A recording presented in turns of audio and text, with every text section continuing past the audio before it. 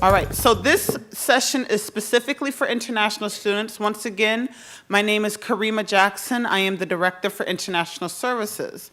You're all here either on F1, J1, or some H4 visas.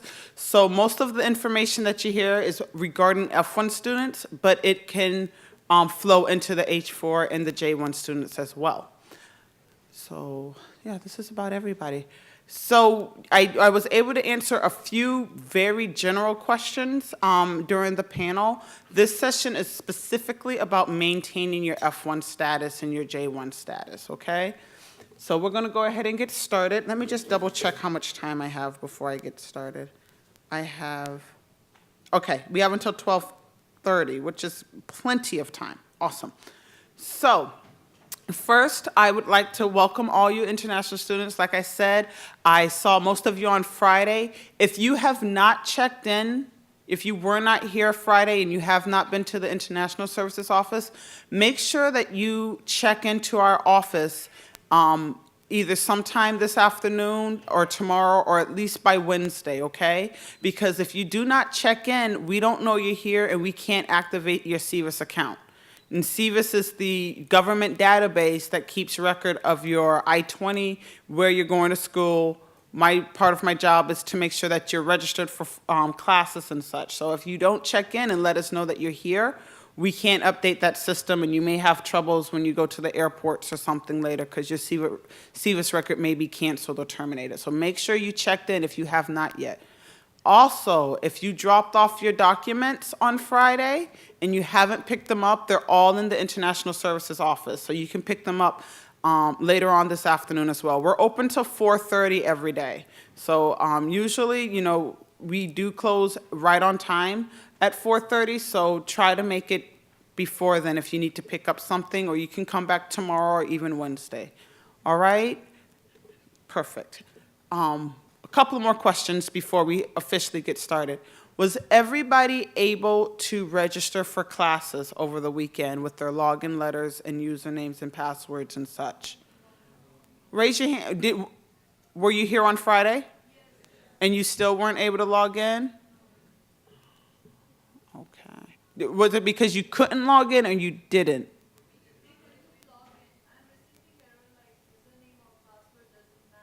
Really? Okay, so IT will be here this afternoon. So if you have a username and login and it did not work, I believe IT, there's a troubleshooting room over in Buckman at 3:15. So if you had any issues with logging in with your username and password, you need to go to the troubleshooting room, okay? Okay, did you arrive today? Were you here Friday? You were here Friday and you didn't get anything? Still go to the troubleshooting. If you didn't receive anything and you checked in on Friday, if you're just arriving today, more than likely you're not going to get it today. But if you're checking in from Friday and you didn't have it Friday and you were supposed to get it over the weekend, you can talk to the troubleshooting, okay?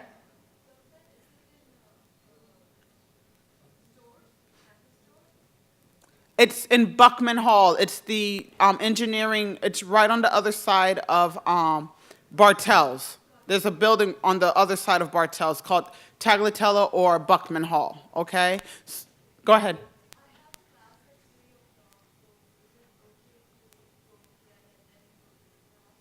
So were you able to register? Okay. If you, let me look at your schedule. Yeah, the troubleshooting's at 3:15. You may want to contact your professor and let them know that you need to go to the troubleshooting to get everything sorted out, okay? You can do that, or you can, yeah, that'll be fine if your professor wants to let you go. All right. Any other questions regarding login, usernames, checking in? Okay, if you forget any documentation, you also need to make sure you go to ISO too. So if you brought your passport but forgot your I-20, if you brought your I-20, forgot your passport, we need all of that documentation, okay? So if you're missing anything, you can stop by the office anytime between 8:30 and 4:30. It does not have to be today, but it should be sometime this week so that we can register you. Remember the information about DMV You know, we have to have all of that information in order to update the system. So make sure that if you haven't completed everything and checked in completely, that you do that within the next couple of days. I'm going to start with oh, this didn't save. No. All right. I updated everything, but it didn't save. I don't know why. Okay, anyway, I'm just going to go ahead. So in our office right now, we have myself. At the front desk is Bexy. Some of you probably met her. She's the secretary for ISO. And then we currently are in the process of looking for a new international student advisor. Hopefully we'll have somebody who can start at the end of the month. But we also have 3 graduate students in our office. Everybody is on vacation. They're coming back within the next couple of days, but we have Michael, he's from Benin, and then we have Pranav, who is from India, and he's still in India. He'll be back in a couple of days. And then we also have Mona. She's from Iran. So if you ever come into the office, usually those are the people you're going to see before seeing me, somebody at the front desk. So it's probably going to be Bexy or one of the students who's going to ask you how they can help you and what you need and what we can do to assist you. In order to meet with me, they will request that you make an appointment. Usually my schedule is very busy, so it's my front desk is very good at helping and accommodating students, but if it's something more specific, they will schedule an appointment for you to meet with me. But the front desk is very knowledgeable, and you can start with them, and I promise that they'll be able to help you, okay? A few things that I want to talk about. Let's see. A few things that I want to talk about are your actual documents that you received. There's a few documents. One thing I'm going to ask very quickly, this is very, very important information. So if your cell phone's out, I would appreciate it if you'd put it away. Thank you. All right. Anybody else have their cell phones, iPads, tablets, whatever you have, please put it away, because this is very crucial, important information that I tell you that you have to follow as international students. I'm going to start with that the information that I give you, it is your responsibility as the F1 or J1 or H4 holder to keep up with your documents, your expiration dates, and any of that. That's not what my office is to do. We will send out reminders. We will send out emails. We'll post on Facebook and Twitter. But your documents are your documents. So if your I-20 expires, it's your responsibility to make sure that you contact our office. If you drop below full-time, you have to come and talk to the office. If anything comes up, you're responsible for coming to our office and informing us. Okay, we'll go into more detail about some of the things that you'll come to the office for. Let's talk about your documents. Everybody has a visa. The visa is your key to come into the country. You have a visa page in your passport that indicates that you came here on an F1 visa and you're being sponsored by the University of New Haven, and it should have your CVIS number on there. Some of you may have a little bit of different information, especially if you're a transfer student. So if you're transferring from ELS, it may say ELS at University of New Haven, or it may say ELS in Miami or something.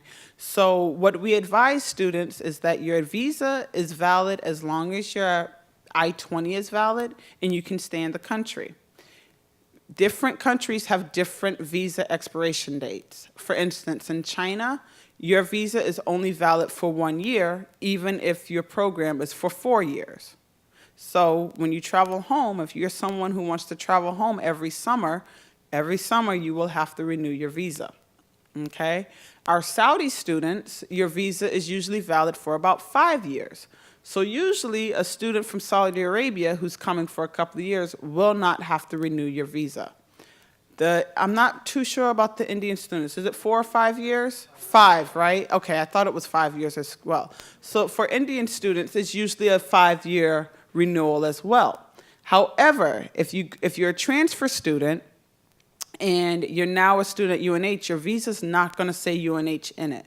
So if you do travel home with, while you're a student at UNH, you will need to make a visa appointment to make sure that your visa says that you're going to the University of New Haven. instead of whichever other school you were at prior to coming here. Does that make sense to everyone? Okay, your visa can expire. So I'm speaking specifically to the Chinese students because I know that it's only for 1 year. You do not have to go home once your visa expire. You can remain in the country, in the United States, as long as your passport and your I-20 is valid. However, once you do decide to go back home or go to another country, you will have to make a visa appointment. But you don't have to go home every year to make the visa appointment. Does that make sense? So your visa can be completely, this is the page in your passport. It can be expired. Go ahead.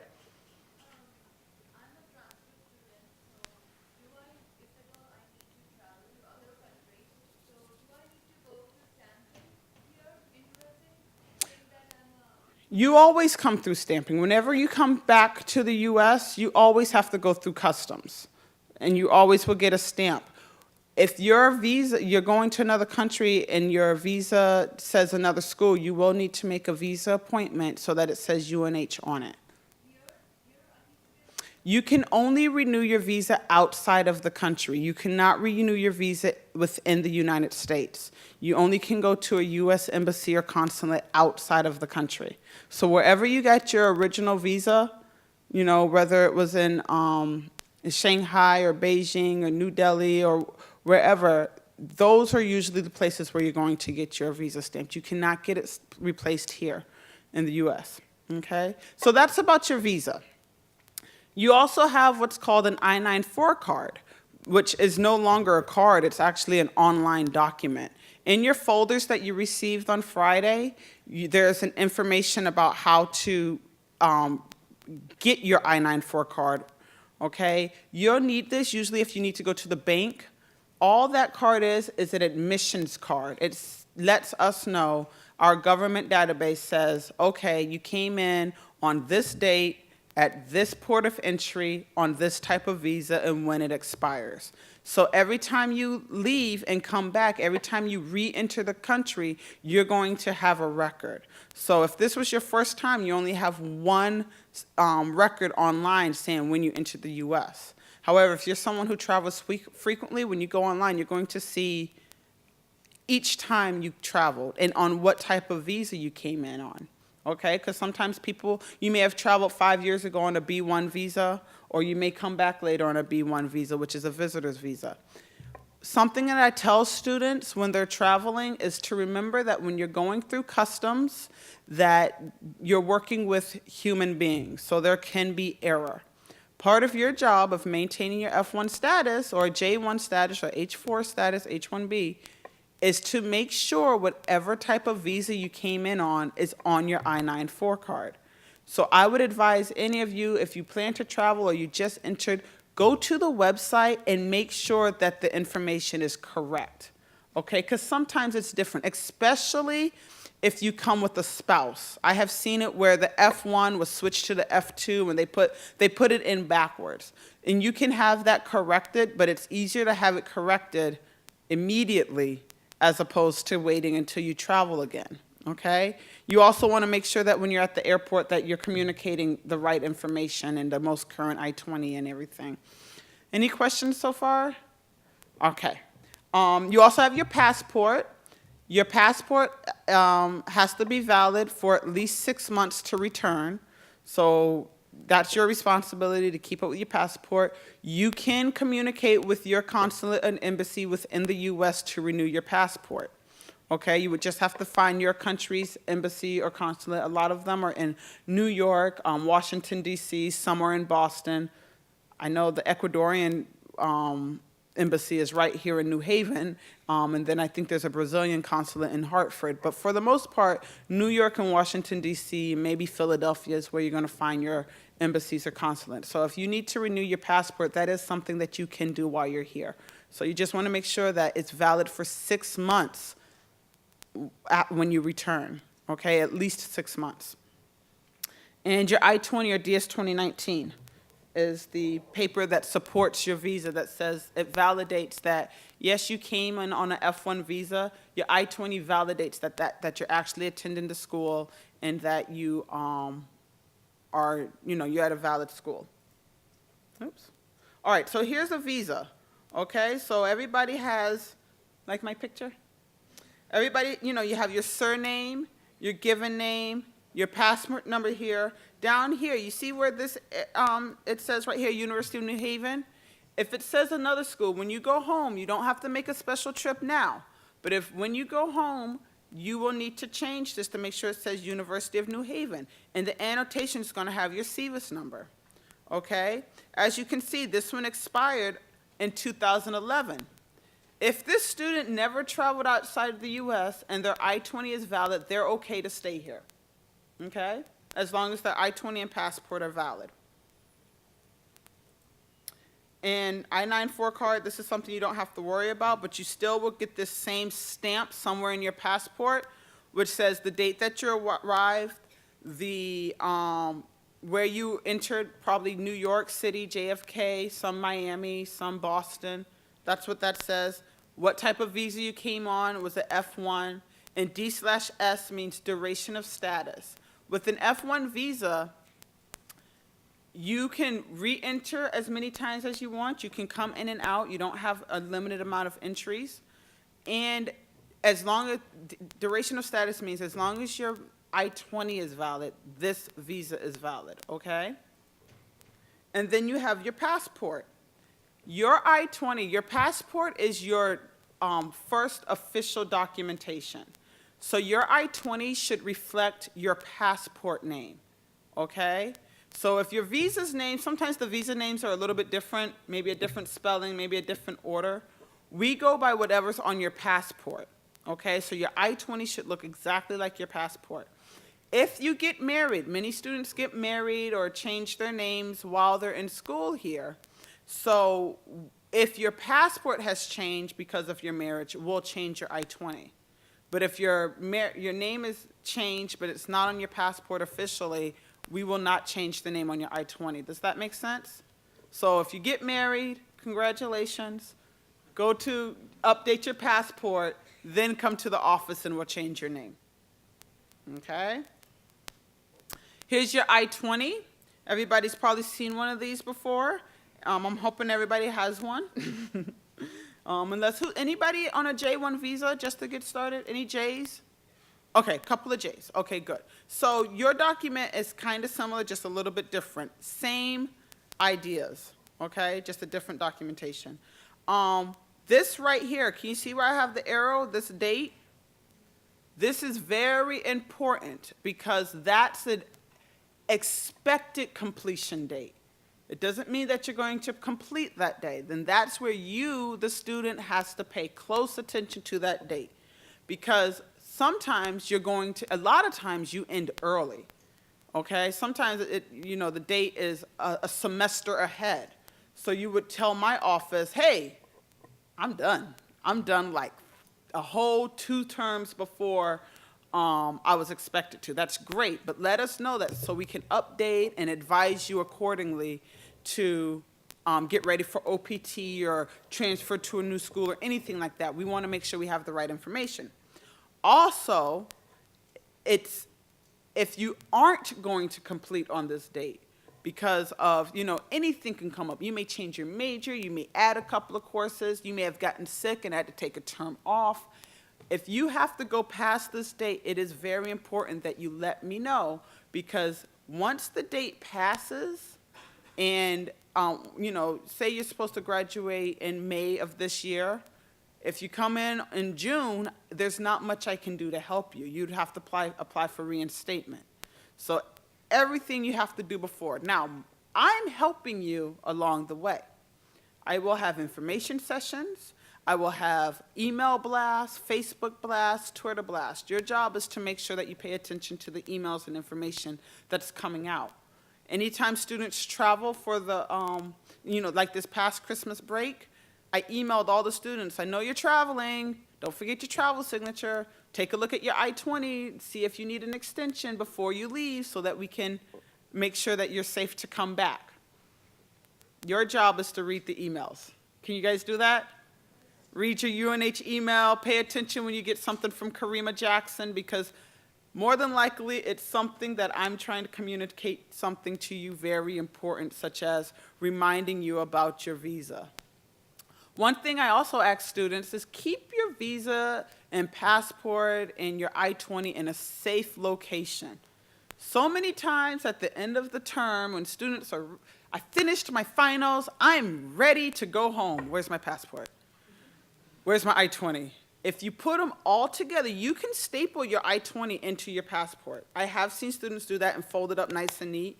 You can do that. Keep it somewhere safe, waterproof. I had a student whose apartment flooded, and he had to replace everything.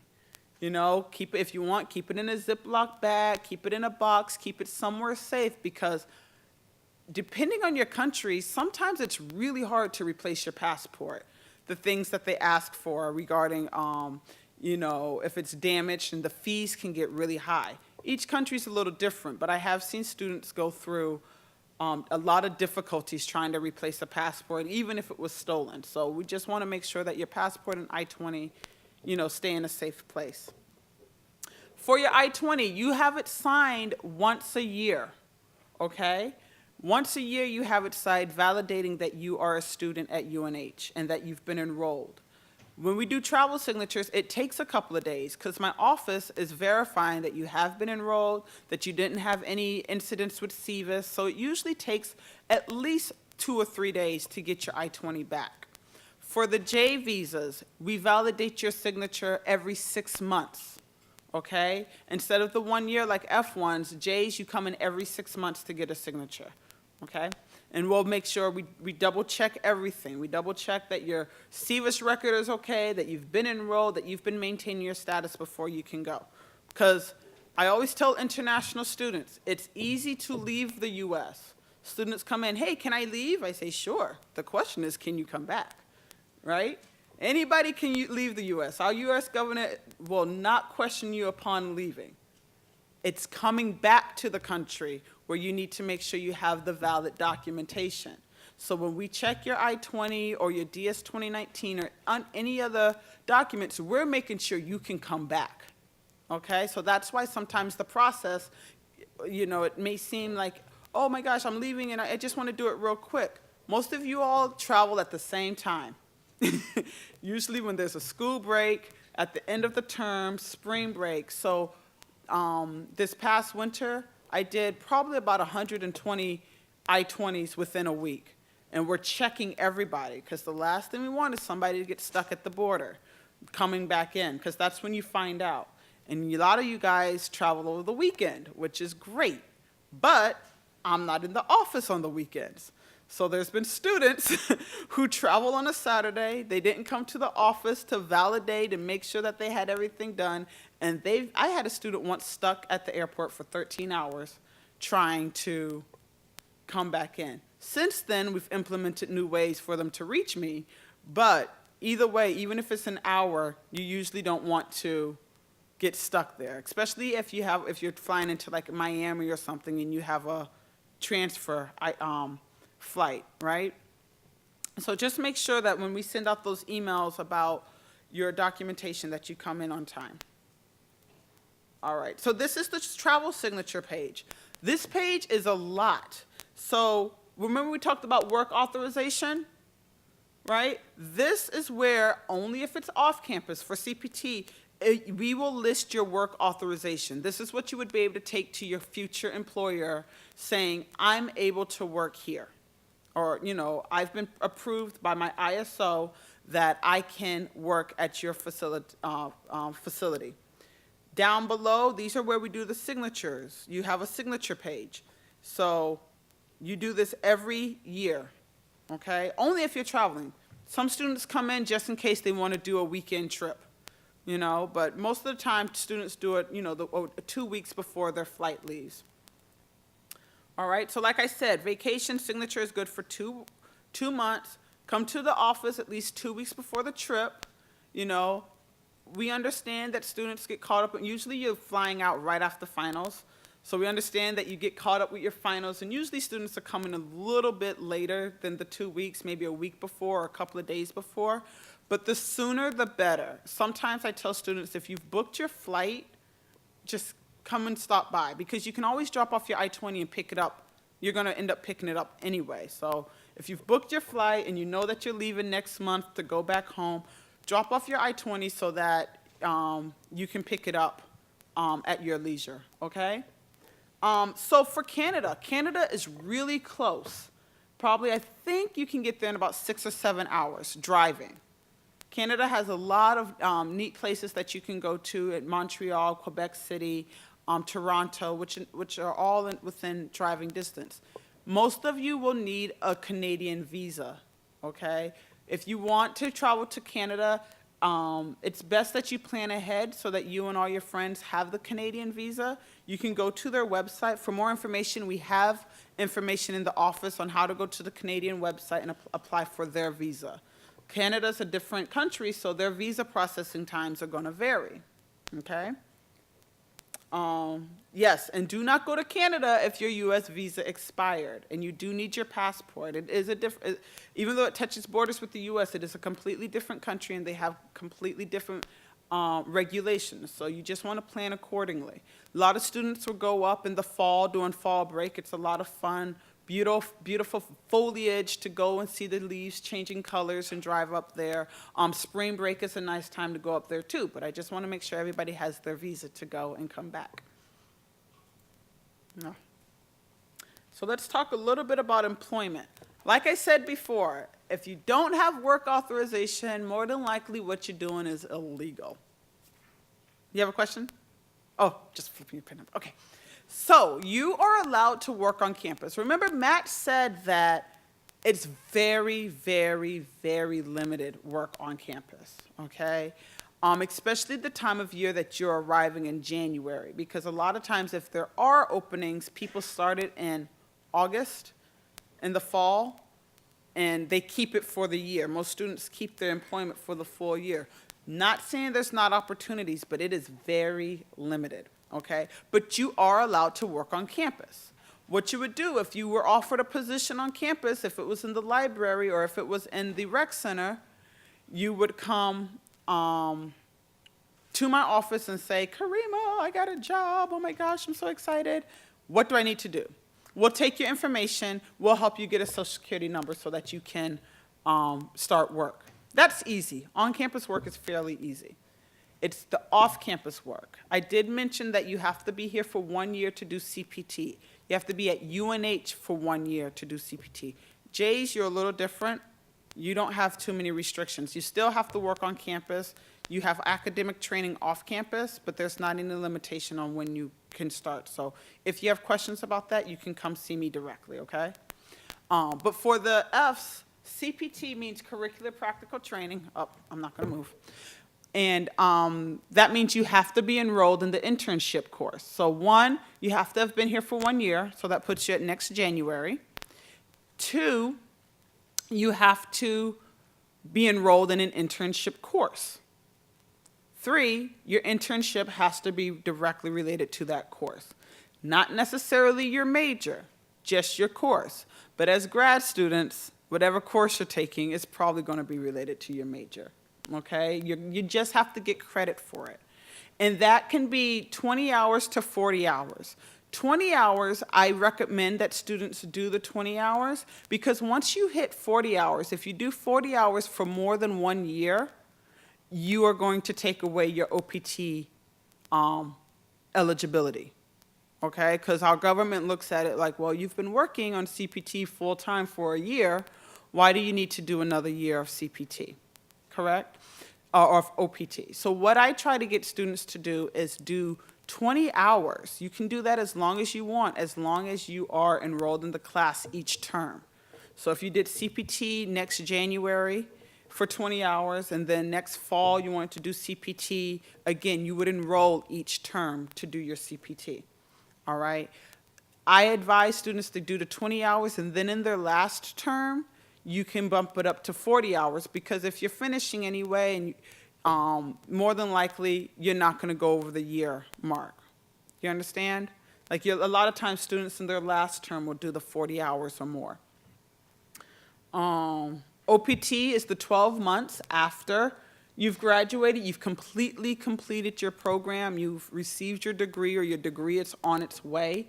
You get 1 full year as an F1 student. at each degree level. So if this is your second master's degree in the US and you've already done OPT, you're not eligible to do it again, okay? But I think most of you, this is your first time doing a master's degree, okay? And if it's not, you would come to the office and we'd talk about other options that you may have, which aren't many. So you do the OPT for 1 year. We also have what's called STEM OPT, Science, Technology, Engineering, and Mathematics, which means you will be able to extend your OPT for an additional 17 months.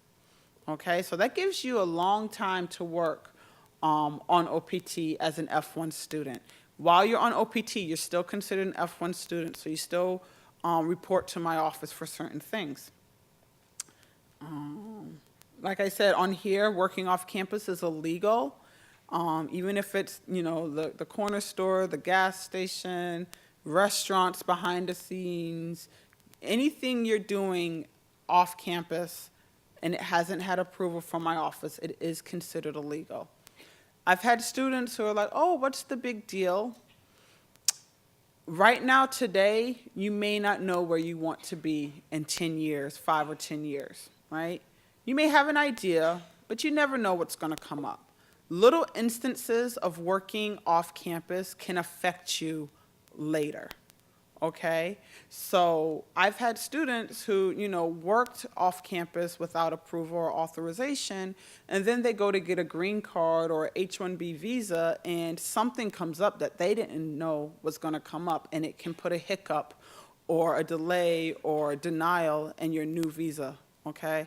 One thing I also like to tell students, just because I do not know doesn't mean our government does not know, okay? Because I've had some students who was like, oh, I won't tell the ISO office, International Services doesn't know, but there's somebody, our government is very good at keeping tabs on not only international students, but anybody, me included. So there's things that may come up that, you know, I don't think it's worth the risk. Okay, that's all I want to say is I don't think it's worth the risk to, and like I said, you may say right now, oh, I'm going back home, I'm getting my degree, I don't have any worries, you know, it's not going to affect me. People fall in love, people get job opportunities, you don't know what's going to happen, so prepare yourself for in case you do stay, okay? Or I've seen people go home, stay there a while, and then want to come back, and they're wondering why they can't get a new visa just to visit. You don't know how it's going to affect you, okay? So that's why I just advise that do not do it. In the U.S., you've probably heard of something called a Social Security number. Have you heard of that? All right, so in the U.S., we have a Social Security number, which is how you get anything in life, credit card, AT&T, a phone, anything, any type of credit, you need a Social Security number. As international students, you're not eligible for one unless you have a job. And are you eligible for jobs? Not unless you're working on campus. So, like I said, if you are a student who's going to work on campus and you find something, come to us, we'll help you get a Social Security number. But the only way to get a Social Security number is if you have a job. A year from now, when you're looking at CPT opportunities, once you have that job offer letter, we will help you get the Social Security number as well. But there's not a way to get it without. There is a resource fair on Wednesday with cell phone company banks. There are banks who will help international students even though you do not have a Social Security number. Okay, so at the resource fair, banks, cell phone companies, you probably don't want a credit card anyway, to tell you the truth. It's all trouble. So, and you probably can get one through your home country anyway. But as far as the Social Security number, you're not eligible for one until you actually have a job. Any questions so far? I know it's so much information. I hope it's good information though, right? All important. So important things to remember about maintaining your immigration status. One thing that you have to do is you have to register on time, okay? Because my office At the beginning of every term, we're going into Banner to see who's registered full-time, because that's our job, to make sure that you're registered full-time.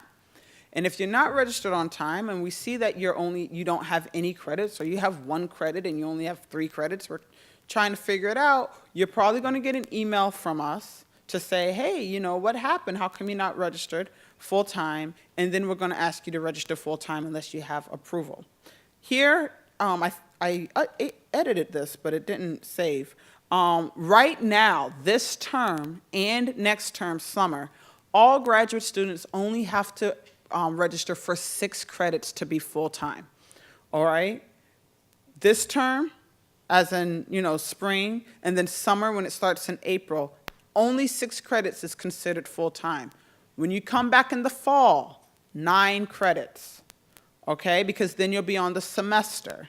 So just remember, 6 credits now, you take a summer break, you come back, it's going to be 9 credits. Does that make sense to everyone?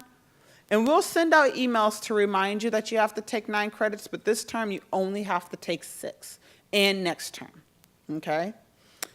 What I advise you, do not withdraw from a course. If you have a full course load, do not withdraw from your course until you have gotten approval from our office to withdraw.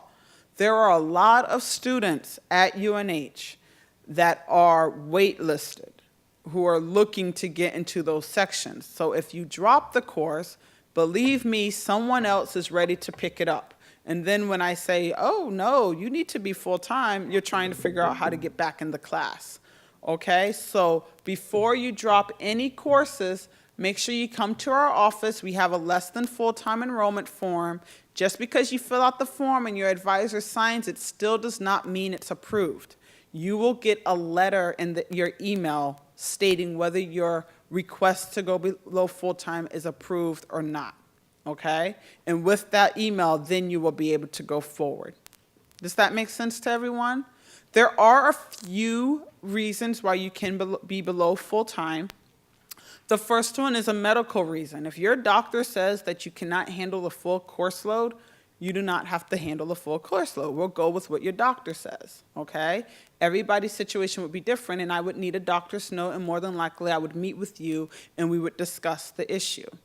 Another situation is if it's your first term and you're having academic, a transitional to, you're having a hard time transitioning to American teaching methods. That would be a recommendation from your advisor or your professors who would say, hey, I know this is a new student. I'm thinking that the English language boundary may be a little bit more difficult. I'm advising that they only focus on 1 or 2 classes right now. That would come from your advisor, or you and your advisor would contact my office. The other one is if it's your last term. If you're in your last term and you only have 3 credits to complete to graduate, then you will only have to take those 3 credits to graduate. All of these instances, you would still have to come to the office and get a form and get permission to be below full-time.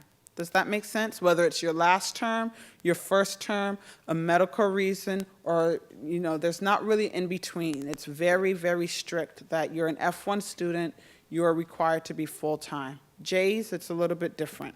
You don't have to, you can take as many classes as you want.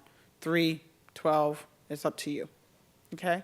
But for F1 students, everybody has to take the minimum requirements, okay? At the end of your term, sometimes students have projects that they're working on that you may have started the term before. If you're continuing your project the next term, so you're not technically registered for a class, but you're still working on your project, you would register for what's called continuing registration.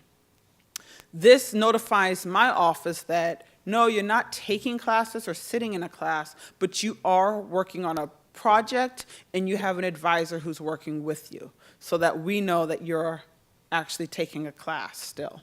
All right, it's really important that you register for continuing registration so that we know what you're doing, okay? Any questions so far? Good. Am I boring you guys? Good. That's my goal, not to bore. So there's a lot of different letters that you can get in our office. Usually you're going to, there's many reasons that you want to ask for a full-time status letter. DMV, Social Security office, if you're going to renew your visa, sometimes different banks may need it, maybe if you're doing a lease. Full-time status letter is very basic. It's just saying you're a full-time student, this is your name, this is when you started here, this is your major, and when you're expected to graduate. All right? You can get that letter for any reason. That's your own personal reason. You don't have to let us know why you want that full-time status letter. We do ask that you come at least 5 days before you need the letter.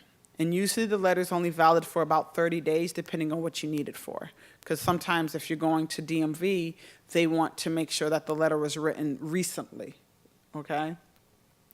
So when you go to DMV, you're going to take your passport, your I-20, the letter from ISO, and any other immigration papers you may have. You can also take your school transcript, which you'd get from the registrar office, or your Social Security card. So let's go back to the Social Security card. What do you need in order to get one? A job.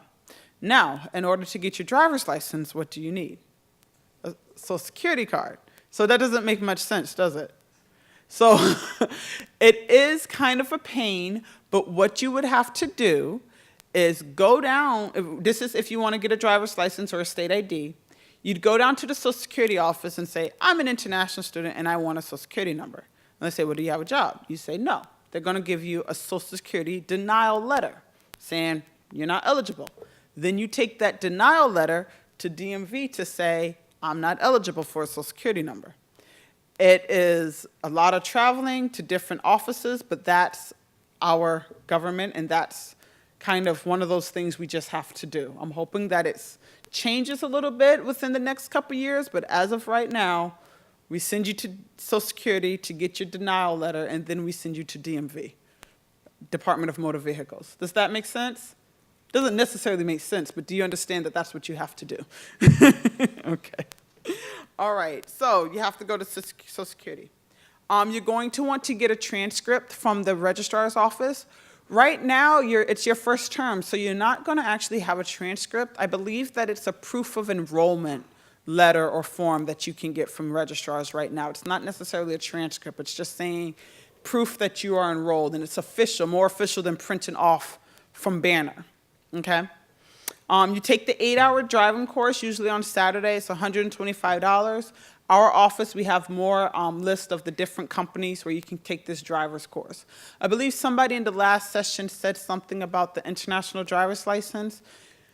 It is technically valid for 1 year, as long as your driver's license back home is valid, but I've seen numerous students get pulled over and have difficulties with the police. So I honestly think that it's worth your while to get a Connecticut driver's license as a second form of identification. Does that make sense to everyone? Okay. Let me know if I'm going too fast. You're going to get if you haven't gotten your ID card, has everybody taken their picture for your ID card? Okay, if not, you would need to go to the campus bookstore to get a picture taken, and then you'll get an ID card. That ID card is really good for on campus. I believe you can put your photocopy money on it. You will be able to, it's any event on campus, usually they're asking for your campus ID to validate that you're a student on campus. That's the card you use to go to the rec center. So you swipe your card and they'll let you know that you're a student here. It's a card that you want to keep on. You keep it in your wallet. It's fairly expensive to replace. I'm not sure what the fee is right now, but it's fairly expensive to replace it. So just make sure you keep it wherever you keep your ID, like your driver's license or credit cards or anything like that. You want to keep your campus ID there as well. All right, so health insurance. You will get a health insurance card. You'll get it after you pay your fees from the health services office. There will be information, if you didn't already have that information this morning, there'll be more, I think, later this afternoon. While we're talking about health insurance, remember I told you during the panel that you have to have some type of health insurance? I want to show you a video that explains health insurance in detail. The U.S. health insurance is a little bit different maybe from some of your home countries. So this video will help explain the importance and the cost of health insurance. All right. One thing that I just wanted to let you know, the video explains the cost of health care in the U.S. It is very, very expensive to go to the doctor, even for the common cold. And if you get in a car accident or if you go skiing and break your leg or anything that happens, the cost goes way, way up, okay? So when you look at the cost for the health insurance plan that you get this year, I can't remember, but I'm sure the bursar's office told you, whatever, it's going to be on your statement. That cost is significantly less than what it usually would be, okay? And then you also have co-pays. If I can get this video working, I'll make sure that I email everyone, okay? I'll email all of you the video because it's a really good video that explains the importance of healthcare in the U.S. With that said, you are all automatically enrolled in the student health insurance at UNH, the Bollinger Insurance, okay? It's a good health plan. It has a lot of benefits, and it has a lot of, I don't think the copays are too high. If you decide to select your own health insurance plan, you are able to do that. What you would have to do is waive your health insurance at the Bursar's webpage. Did you meet with the Bursar this morning? Let me check something.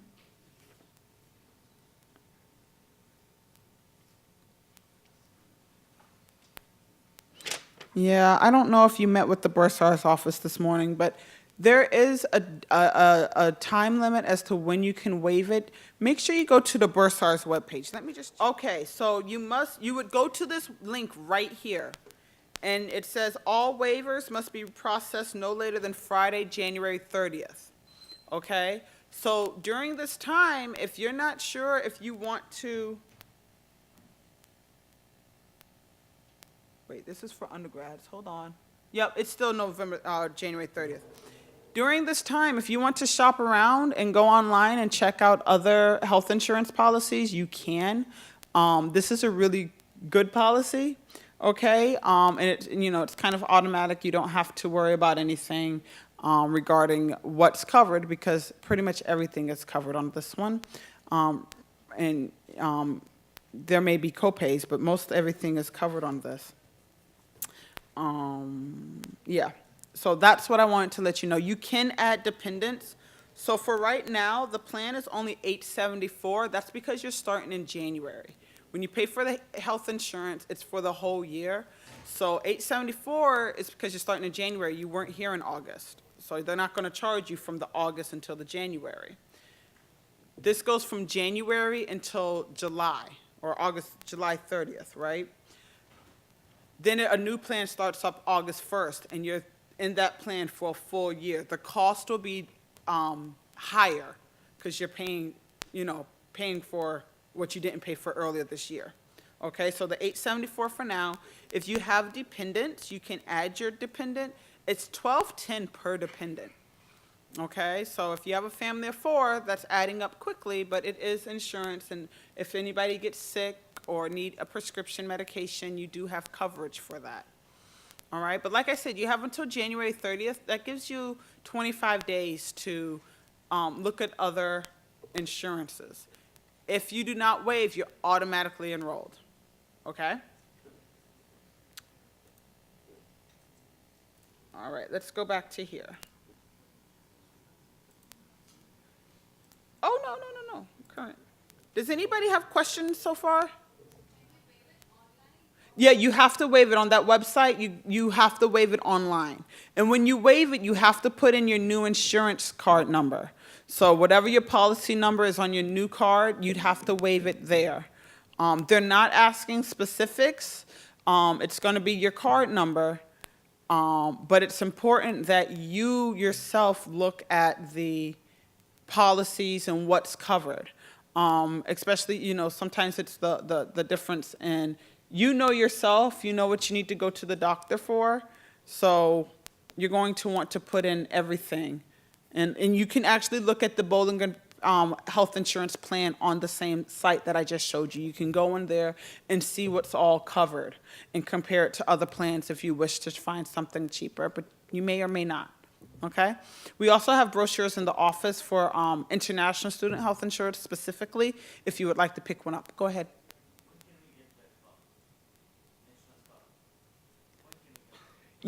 After you pay your fees in the bursar's office, you should be able to go to health services. But what I want you to do is at the resource fair on Wednesday, health services will be there. So it's probably best to go to health services and talk to them directly about your card.